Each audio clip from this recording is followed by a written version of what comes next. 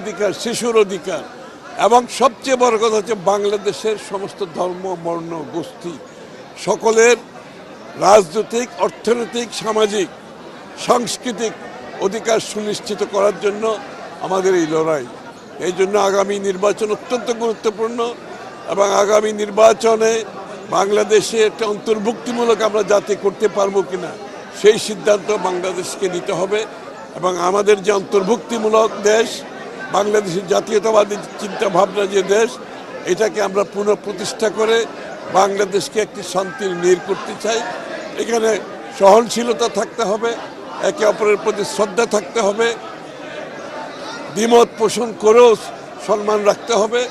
একটি নূতন রাজনৈতিক সংস্কৃতি আমরা প্রতিষ্ঠা করতে চাই বাংলাদেশ।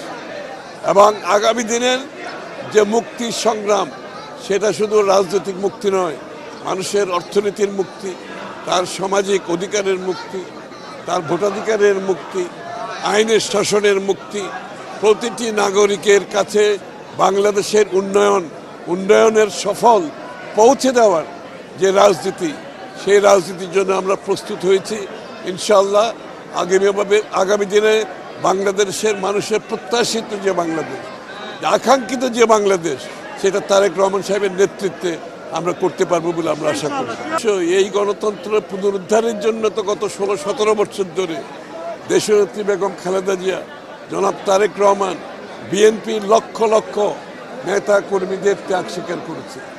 তারা জেলে গেছে, তারা গুম খুনের শিকার হয়েছে, চাকরি হারিয়েছে, ব্যবসা হারিয়েছে, বাড়িঘর হারিয়েছে, সম্পদ হারিয়েছে, পঙ্গু হয়েছে। আজকে সেই দিন আসছে যে আমরা সেই গণতন্ত্রকে আমরা পুনরুদ্ধার করার সংগ্রাম শেষ হয় নাই। এই নির্বাচনের মাধ্যমে বাংলাদেশে একটি গণতান্ত্রিক অর্ডার ফিরিয়ে আনতে হবে, একটা নির্বাচিত সংসদ থাকতে হবে, সরকার হতে হবে যারা জনগণের কাছে দায়বদ্ধ থাকবে।